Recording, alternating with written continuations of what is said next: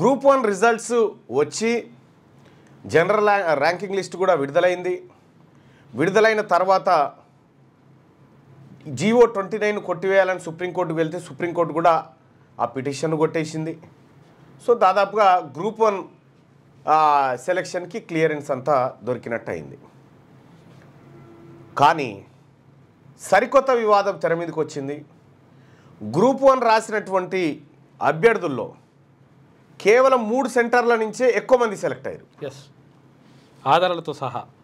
అవి 3 సెంటర్ల నుంచి ఎట్లా ఎక్కువ మంది సెలెక్ట్ అయ్యారు, దాని వ్యవహారం ఏంది, గ్రూప్ 1 అభ్యర్థులు రాసిన వాళ్ళు కూడా అంటే అందులో కొంతమంది ఎవరైతే ర్యాంకింగ్లు వచ్చిన వాళ్ళ ఇంటర్వ్యూలు పరిశీలిస్తే వాళ్ళ కనీసం నాలెడ్జ్ ఉన్నట్టుగా కూడా కనిపిస్తలేదు. దాంతో ఇంకా ఇన్డెప్త్కి పోతే మొత్తం జరిగింది ఏంటంటే మొత్తం సెంటర్లలో ఒక 20 సెంటర్లలో మట్టుకి 500 చిల్లర ర్యాంకులు వచ్చినాయి. మిగతా వాటికి కేవలం 100 చిల్లర ర్యాంకులే వచ్చినాయి. ఏంది అనేది మొత్తం అభ్యర్థుల్లో ఒక అనాలిసిస్ స్టార్ట్ అయిపోయింది. దాంతో ఏం జరిగిందంటే సెంటర్ నెంబర్ 18, 20, 19 3 ఉన్నట్టున్నాయి. ఇక్కడ ఈ సెంటర్ల నుంచి ఒకే రూమ్లకేని 5-6 సెలెక్ట్ అయ్యారు. ఒకే రూమ్లకేని ఒకే సెంటర్ నుంచి 78 మంది. షాక్ అందరూ. అసలు ఏం జరిగిందని తీస్తే 74 మంది సెలెక్ట్ అయ్యారు. ఈ 74 మందిలో 40 మంది ఓసీలే. ఏం జరిగిందో అర్థమైతలేదు. అసలు దాన్ని కొన్ని విషయాల్ని మనం ఇక్కడ పరీక్షించి చూద్దాం. నేను అందుకే మొదటి నుంచి మొత్తుకుంటున్నా ఏదో తేడా ఉంది, తేడా జరుగుతూ ఉంది అనేది. సో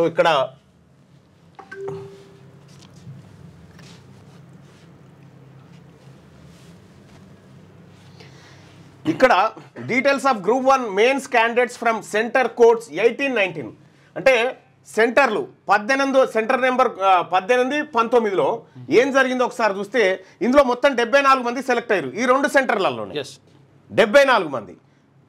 ఇందులో ఓసీలు ఎంతమంది అంటే 24 మంది ఓసీలు, ఈడబ్ల్యూఎస్ నుంచి 5 అంటే దాదాపుగా 39% మంది అంటే 40 అప్రాక్సిమేట్గా 40 మంది. ఈ 74లో 40 మంది వీళ్ళే సెలెక్ట్ అయ్యారు.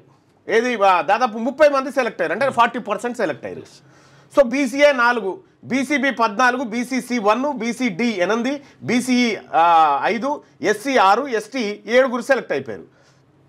ఇక్కడ మనం పరిశీలించాల్సినటువంటి అంశాలు ఏంటంటే ఇదే సెంటర్ నెంబర్ 18 సెంటర్ కోడ్ 18లో ఎవరెవరికి ఎట్లెట్లా మార్కులు వచ్చినాయని చూస్తే 532 మార్కులు, 509, 506, 504, 590 వీళ్ళందరికీ ఇక ఉద్యోగాలే నో డౌట్. ఇక ఇదే సెంటర్ నెంబర్ 18లో మళ్ళీ ఒకే సెంటర్లో ఇంతమంది ఉద్యోగాలు సంపాదించినారు. ఇగో ఇది 19గా ఒక్క సెంటర్లో 74 మందికి ఎట్లా వస్తాయి? ఇగో 18, 19లో కలిపి 74 మంది సెలక్షన్కి వచ్చిర్రు. అసలు ఏంది మరి ఎట్లా సాధ్యమైంది ఇది? మొత్తం తెలివి కల్లోళ్ళంతా ఆ సెంటర్లోనే కూర్చొని రాసిర్రా? పెద్ద తేడా ఏముండే మార్కులు కూడా. ఇగో 65, 64 ఇట్లా. ఇంకో గమ్మత్ విషయం ఏంటంటే నేను రాస్తేనే ఆయనకు ర్యాంక్ వస్తుంది. అవును, ఇది చాలా విచిత్రంగా ఈ గ్రూప్ 1 రిజల్ట్స్కి అనేకమైనటువంటి అనుమానాలు తావిస్తుంది. అయితే మహేందర్ రెడ్డి గారిని ఎప్పుడైతే టీజీపీఎస్సీ చైర్మన్గా చేసిరో అక్కడి నుంచి ఈ కుట్ర స్టార్ట్ అయినట్టుగా అనుమానాలు వ్యక్తం చేస్తూ ఉన్నారు వీళ్ళందరూ కూడా. అప్పుడే డౌట్ అనుమానం ఉండే, అప్పుడే వీళ్ళందరూ కూడా అనుమానం వ్యక్తం చేస్తూ ఉన్నారు అసలు ఏం జరిగింది అనేటువంటి వ్యవహారంలో. మరి నిజంగా గ్రూప్ 1 పారదర్శకంగా జరిగిందా లేకపోతే ఏమైనా తేడాలు జరిగినాయా అంటే అనేకమైనటువంటి అనుమానాలను అభ్యర్థులు తెర మీదకి తెస్తూ ఉన్నారు. అందులో కొన్ని విషయాలను విత్ ఆధారాలతోటి మీ ముందు పెట్టేటువంటి ప్రయత్నం చేస్తా. ఇక్కడ ఇది ఓపెన్ చేసుకున్నా.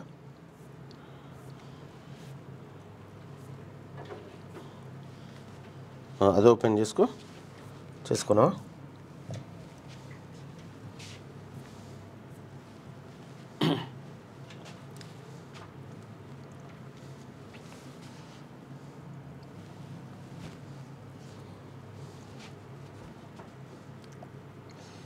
మరీ దారుణం ఇది.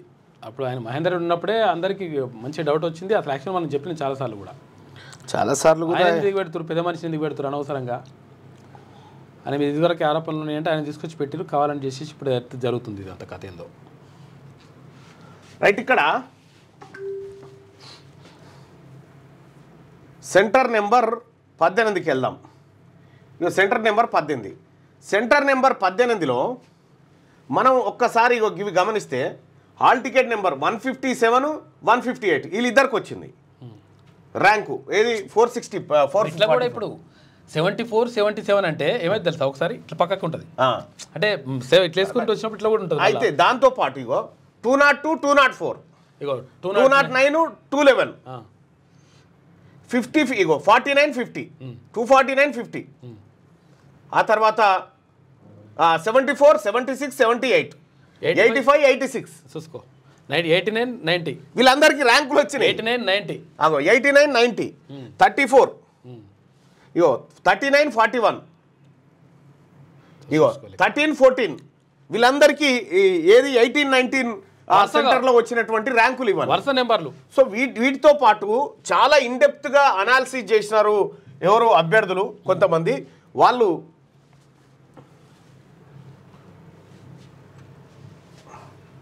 argument evaluation was done fairly across all centers.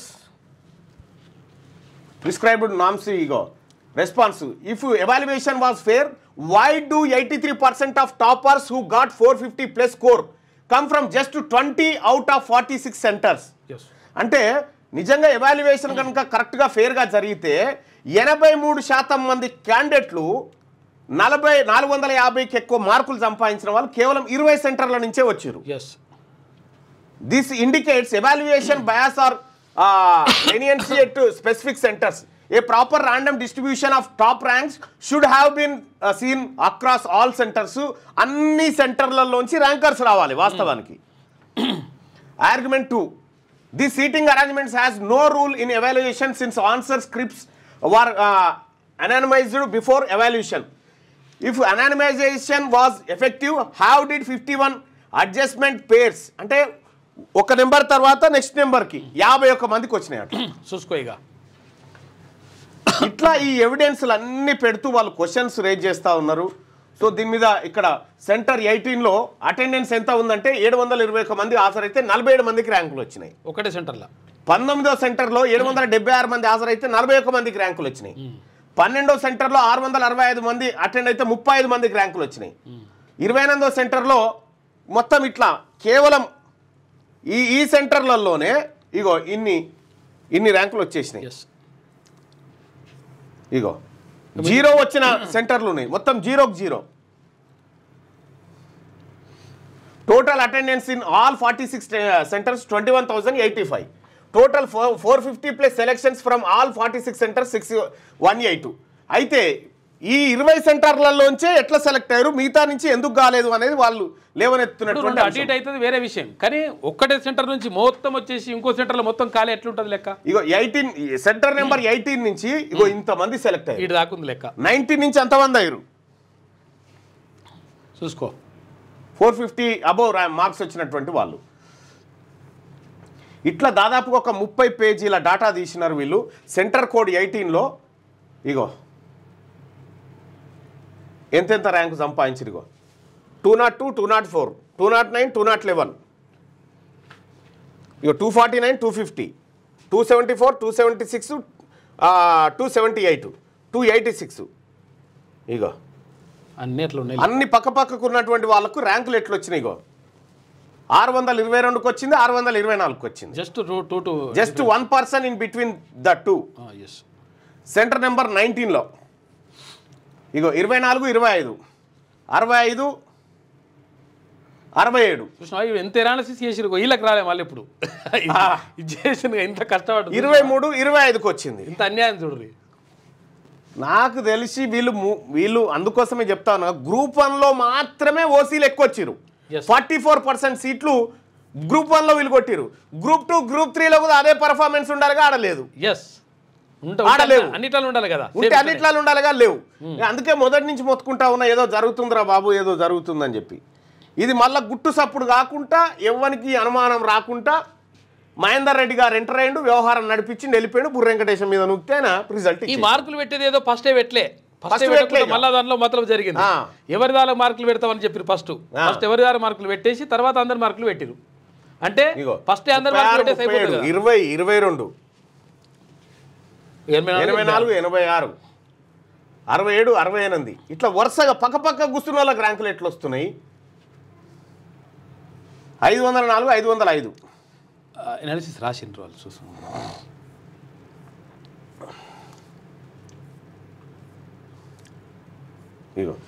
అన్నీ అంత ఒక్కొక్క సెంటర్లో ఏం జరిగింది అనేది మొత్తం అనాలిసిస్ రాసిరు.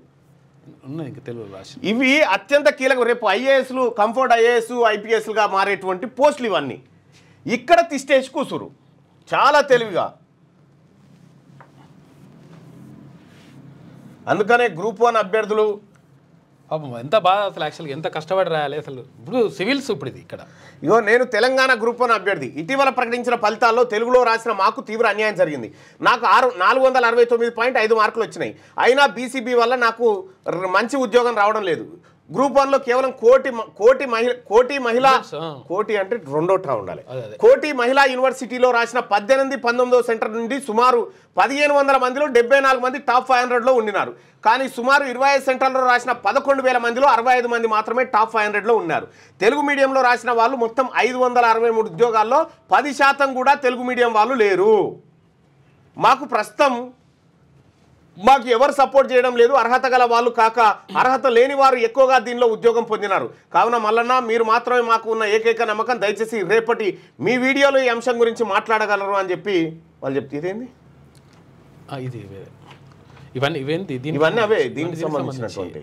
ఇటీవల టీజీపీఎస్సీ విడుదల చేసిన జనరల్ ర్యాంకింగ్ లిస్టు ప్రకారం పై విశ్లేషణ చేయడం జరిగింది. ఒకే రూమ్లో ఎక్కువ మందికి ర్యాంకులు రావడం, వెంటనే హాల్ టికెట్ నెంబర్లు ఉన్న వారికి ఒకేలాగా మార్కులు రావడం, అతి కొద్ది సెంటర్లో ఎక్కువ మంది ర్యాంకులు రావడం, అనగా 10 కేంద్రాల్లో 83% ర్యాంకులు ఉన్నాయి. మిగిలిన 36 కేంద్రాల్లో 17% ర్యాంకులు వచ్చాయి. మొత్తం కేంద్రాల సంఖ్య 46. కళ్ళతో చూడగానే అర్థమవుతుంది అన్న, ఎన్నో అక్రమాలు జరిగాయి, దయచేసి మాకు మద్దతుగా. నేను మొదటి నుంచి మొత్తుకున్న ఈడబ్ల్యూఎస్ మీద కొట్లాడ చేద్దాం అంటే మీరు బిజీగా ఉంటుంది. ఇవాళ మీ ఉద్యోగాలు కొల్లగొట్టుకొని పాయా. నిజంగా చెప్తా ఉన్నా కదా, నీకు అంత ఈజీ కాదు. చాలా తెలివిగా పక్కడ్బందీగా ఇది క్లోజ్ చేసిరు. ఇప్పుడు బీసీ 42% రిజర్వేషన్, ఎస్సీ వర్గీకరణ కాకముందుకు ఎందుకు చేసిరు పడపట? ఈ ఈడబ్ల్యూఎస్ ఈ గుంపులో గోవిందా ఇవి కొట్టేసుకొని ఇవాళ గంత మంది రేపు పొద్దుగాల వాళ్ళే ఐఏఎస్లు, ఐపీఎస్లు 30 ఏళ్ళు మనం నెత్తి మీద కూర్చుంటారు అన్నట్టుగా. నమస్కారం అన్న. తెలంగాణ గ్రూప్ 1 పరీక్షలో అనేక అక్రమాలు చోటు చేసుకున్నాయి. కానీ మాకు ఎవరు అండగా నిలబడడం లేదు. దయచేసి మా సమస్యను ప్రభుత్వం దృష్టికి తీసుకెళ్లగలరు. ప్రభుత్వం దృష్టికి తెలియదా? ప్రభుత్వానికి ఇదంతా జరిగింది. మహేందర్ రెడ్డిని పెట్టింది ప్రభుత్వం కాదా? నేను ఆయాలనే మొత్తుకున్నావా? నా పాత వీడియోలు చూడండి. గ్రూప్ 1 ప్రిలిమ్స్ పరీక్ష 3 సార్లు నిర్వహించారు. అయితే మొదటి 2 సార్లు ప్రిలిమ్స్లో రిజర్వేషన్ అమలు చేసి మూడోసారి ప్రిలిమ్స్లో జీవో 29 తీసుకొచ్చి రిజర్వేషన్ తీసివేయడం జరిగింది. ఇది పూర్తిగా రాజ్యాంగ విరుద్ధం. నెత్తి గుద్దుకున్నాను. మోసం. విషయం ఏంటంటే యాక్చువల్గా బీసీ, ఎస్సీ, ఎస్టీలు ఎవరైతే ఉన్నారో, ఎవరైతే రిజర్వేషన్లు వస్తారో, ఆ రిజర్వేషన్లు వస్తే ఇప్పుడు నువ్వు ఫస్ట్ ర్యాంక్ వచ్చింది అనుకో, మీ ఫస్ట్ ర్యాంక్ వస్తే ఏం రావాలి? మీకు ఓపెన్ కేటగిరీలో రావాలి కదా. ఇప్పుడు మేము బీసీ డి కేటగిరీ అందులో పోయి కూసో. అదే ఇట్లా మొత్తుకున్నా మీరు బిజీగా ఉండి, మీరు చదువుల్లో ఉండి మీరు పట్టించుకోలే. కానీ ఎంత అన్యాయం చూడరు. ఈ 29 జీవో అనేటువంటిది కొంతమంది వాళ్ళ పేర్లు ఉన్నాయి కానీ జీవో 29 తీసుకొచ్చి రిజర్వేషన్ తీసివేయడం జరిగింది. ఇది పూర్తిగా రాజ్యాంగ విరుద్ధం. ఇది ఏ కోర్టు అయినా చూడగానే ఆక్షేపించాలి. కానీ అలా జరగడం లేదు. ఎందుకో అర్థం కావట్లేదు. గ్రూప్ 1 పైన వేసిన అన్ని కేసులను బంగాళాఖాతంలో తొక్కి గ్రూప్ 1 ఫలితాలు ఇచ్చి నియామకాలు చేపడతామని బహిరంగంగా ప్రకటిస్తున్నారు. ఈ మాటల ద్వారా న్యాయ వ్యవస్థ ఎవరి చేతిలో ఉందని అనుకోవాలి. కనీసం ఒక్క జడ్జి కూడా నిజాయితీ పరుడు లేడా? ఇంత తీవ్రమైన వ్యాఖ్యానాలను పరిగణలో తీసుకొని విచారించలేరా? జీవో 29 అమలు చేయడం వల్ల మెయిన్స్ లో టాప్ 100లో 44 మంది ఓసీలు రావడం జరిగింది. ఈ జీవో బడుగు బలహీన వర్గాల గొడ్డల పెట్టు లాంటిది. టీజీపీఎస్సీ విడుదల చేసిన జీఆర్ఎల్ లిస్టును పరిశీలిస్తే కామన్ సెన్స్ ఉన్న ఎవరికైనా అర్థమవుతుంది అందులో పెద్ద స్కామ్ జరిగిందని. 25 కేంద్రాల్లో వచ్చిన ర్యాంకుల కన్నా ఒక కోటి ఉమెన్స్ కాలేజీలో వచ్చిన ర్యాంకుల సంఖ్య 74. 25 కేంద్రాలలో కలిపి 68 మంది ర్యాంకులు వస్తే కోటి ఉమెన్స్ కాలేజీలో వచ్చిన ర్యాంకులు 74. ఒకటే సెంటర్లో ఎక్కువ వెంటనే ఉన్న ఆల్ టికెట్ నెంబర్లు కలిగి వారికి ఒకే రకమైన మార్కులు రావడం, దాదాపు 6 కేంద్రాల్లో 0 ర్యాంకులు రావడం, ఇవన్నీ కోర్టుకు సాక్ష్యాధారాలు, ఎవిడెన్స్ కావా. కళ్ళ ముందే ఇంత అన్యాయం జరుగుతుంటే న్యాయ వ్యవస్థ కనీసం స్పందించలేకపోతుంది. ఇక మా గోడు ఎవరికి చెప్పుకోవాలి? తెలుగు మీడియం వాళ్లకు చాలా అన్యాయం జరిగింది, అది తక్కువ మార్కులు వచ్చాయి. కానీ ఉర్దూ మీడియంలో కేవలం 9 మంది రాస్తే 7గురికి ర్యాంకులు వచ్చినాయి. జీవో 29 రద్దు చేయాలి. మొన్న నిర్వహించిన మెయిన్స్ పరీక్షలోని ప్రశ్నలను పరిశీలిస్తే అది 2022లో తయారైనది. అయితే అది లీక్ అయిన పేపర్ కాబట్టి మెయిన్స్ను పూర్తిగా రద్దు చేసి మళ్ళీ నిర్వహిస్తే అందరికి న్యాయం జరుగుతుంది. సోదరులారా, నిరుద్యోగ సోదరులారా, నేను చెప్తా ఉన్నా, అధికారం కనుక మన చేతిలో ఉంటే, ఆ బెత్తం మన చేతిలో ఉంటే ఇట్లనే అవుతుందా? ఇట్లా అవుతుందా? ఇంత మోసం ఇది, ఇంత. అందుకే బీసీ సోదరులకు, బీసీ నిరుద్యోగులకు చెప్తా ఉన్నా, అధికారం ఒక్కటే మార్గం, ఈ అన్ని సమస్యలకు పరిష్కారం అదే. బీసీల చేతికి అధికారం అనేది అత్యంత ఆవశ్యకం. ఇది వస్తే ఖచ్చితంగా బీసీలకు అధికారం వస్తే దీని మీద ఇప్పుడు 2016లో పశ్చిమ బెంగాల్లో టీచర్ నియామకాల్లో అక్రమాలు జరిగినాయని చెప్పి సుప్రీంకోర్టు 26,000 మంది టీచర్లను తీసేసింది 10 ఏళ్ల తర్వాత. రేపు పొద్దుగాల బీసీల అధికారం వస్తే జరిగేది కూడా ఇదే. దీని మీద ఎంక్వైరీ జరగాలి. సంబంధించి తప్ప అని తెలుసు, కోర్టులకు కూడా తెలుసు, కానీ కోర్టులు తీసి పక్కకు పెట్టి పడేసినాయి. మీకు అందుకోసమే బీసీ ముఖ్యమంత్రి ఉంటే టీజీపీఎస్సీ చైర్మన్ బీసీ ఉంటాడు, పారదర్శకంగా ఉంటుంది. అడ్వకేట్ జనరల్ బీసీ ఉంటాడు, మంత్రులు బీసీలు ఉంటారు, ఎస్సీలు ఉంటారు, ఎస్టీలు ఉంటారు. అప్పుడు ఎవడేం చేయగలుగుతాడు? అప్పుడు అందుకోసమే ఆ ముఖ్యమంత్రి పదవి అనేది బీసీలకు అత్యంత కీలకము. దీని మీద ఇయ్యాల తప్పించుకోవచ్చు. భవిష్యత్తులో బీసీ ప్రభుత్వం వచ్చిన తర్వాత దీనిపైన ఎంక్వైరీ చేస్తుంది. ఇయ్యాల మీరు తాత్కాలికంగా దొడ్డిదారిన ఉద్యోగాల్లో జాయిన్ అయినా రేపు మళ్ళీ బయటికి గుంజుకొస్తుంది. ఇది తథ్యం. బీసీలకు, ఎస్సీలకు, ఎస్టీలకు అందరికీ అన్యాయం ఇది. రిజర్వేషన్లు ఇప్పుడు ఫస్ట్ ర్యాంక్ వచ్చినా కానీ కనిపిస్తుంది, రిజర్వేషన్లకు వెళ్ళిపోవాలంటే. ఇప్పుడు ఇంత క్లియర్ ఇప్పుడు బుర్ర వెంకటేశం రిలీజ్ చేసిండండి అని చెప్తారు. మళ్ళీ చేతులుగా ఆయన చేసిపోయింది. ఎప్పుడు అయిపోయిన తర్వాత రిలీజ్ చేస్తే ఉంటుంది ఆడ.